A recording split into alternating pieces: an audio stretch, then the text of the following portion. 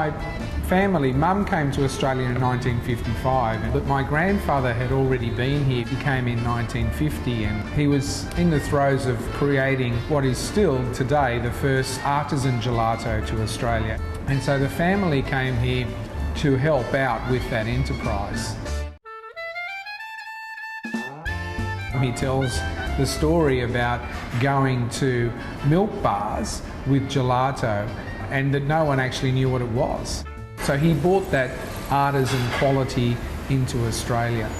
I think Italian people, particularly those that came during the 1950s in that post-war migration, had this fantasy about creating and having a large family home, and they also wanted their little patch of veggie garden. So the homes in Haberfield and Five Dock and Leichhardt offered that opportunity for them.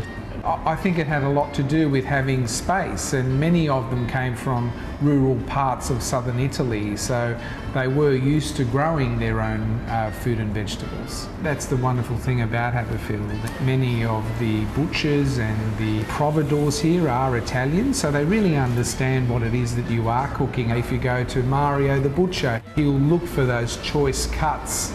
To come and see Frank at the fruit shop and ask for tomatoes to make your ragu just that little bit extra special. And Italians, as we know, are fairly fussy about the quality of their ingredients and the variety of their ingredients. And so Haberfield's a great place where you can find almost anything you want that has that Italian edge. Mum started to make risotto and other rice dishes when we were teenagers, and we learnt to love this particular risotto with mushrooms. Mum makes a ragu that I'm making today. Well, today we're making risotto with mixed mushrooms and porcini mushrooms. These mushrooms are actually from northern Italy. To soften them up, because they're quite hard, we just put them in some warm water. In the meantime, we've got our other mushrooms. These are all a different mix of mushrooms. These are oyster mushrooms. They're often used in Asian cooking. I have some Swiss browns here as well. I'll chop these. I like to do it by hand. In Italy they do, because they don't like to put knives to anything. Try not to wash the mushrooms. In doing so, they lose all of their natural moisture and they start to decompose. So we want them to be dry and we want the heat to be really high. I'll just check that it is on the saute and sear setting, and I'll start by putting some olive oil. Butter and mushrooms are great friends, about 60 grams of butter. You've actually got quite a lot of mushroom here. I'll add those now. You'll find that they reduce quite considerably as they cook off, and stir them through. We know the mushrooms are cooked when most of the water has drained away from the bottom. And look at those wonderful colours. And I've got some caramelised residual butter and oil sitting at the bottom. And so I'll add just a little bit more butter. The key to a good risotto is the caramelisation of the onions. We'll now add about 1 cup of onions. Cook those onions off somewhere between 8 and 12 minutes. So I've got about a cup of rice. A cup of rice will serve 4 people. We put the wine in. You can use almost any wine is fine, and I'll put the stock in now. A litre of stock is perfect for this recipe, and the beauty now is I can simply press risotto, leave it for 20 minutes, come back and see where we're up to. Normally I'd have to be on the stove top stirring and stirring away. So the mushrooms go in at the end to infuse the risotto with those lovely flavours that we cooked off before. It's now gone to the keep warm setting, so we know it's ready for our finishing ingredients. So I'm folding in the cold diced butter now. The parmesan's going in now. And what I want to see is a consistency, the Italians call it al onda, which is on the wave. You've got that butter riding each wave as you stir through. And I've got a wonderful little secret ingredient called porcini oil. So I'm just going to pour maybe 5 mils of porcini oil. The final litmus test is Mum's taste buds. So, Mum, do you want to taste my risotto? Of course. Here, I've got a fork for you too. Buonissimo. Buonissimo. Fantastic. Molto buono.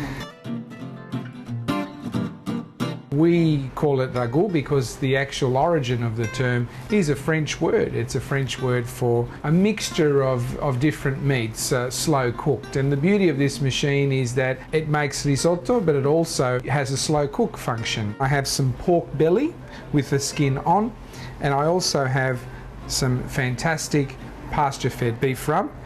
Probably 3 to 4 tablespoons of olive oil is sufficient. And I've got about 1.5 cups of onion. I want to get the temperature up again to a nice searing, just like with the risotto. I want that lovely honey colour. Okay, so we might actually put our pork belly down first, skin side down, and I can simply add all the rest of the meat. Just before we turn the meat over to the other side, we will season, and the blood's rushing up through to the surface. We know that the meat's ready to turn over. So 2 pinches of salt and a few turns of the pepper mill, and now our meat's ready to turn over. We'll be ready for our wine. The wine seals all the flavours of the meat and the onions together. So I'll add about a cup of wine. A dry wine is best. I'm using a dry Australian Riesling. Okay, so all that alcohol's now burnt off and we're ready for our final ingredients. So what I like to use is a little bit of double concentrated tomato paste, about 400 grams of canned peeled tomato. I like to use chopped tomato because it tends to break down much faster. Passata, which is like a tomato sauce. So I'll pop the whole bottle of tomato sauce in, a nice sprig of basil. So I'm popping the lid back on now. All my ingredients are in, and because my meat pieces were about 1.5 inches to 2 inches in diameter, I'll be using the slow cook high setting today. It will cook for about 3 to 4 hours on that setting, which means I can walk away and leave it, and when I come back I can boil my pasta and have that ready to go. Okay, so now we're ready to actually serve the pasta, and the sauce has been cooking for 4 hours, so it's got that lovely colour. You know it's cooked when the oil is sitting on the top of the sauce and it's got this lovely beautiful rosy colour. And I've got my pasta. It really is up to you as to how you like to serve it. And of course you can't do without your Parmesan cheese. And there you are, there's your spaghetti ragu.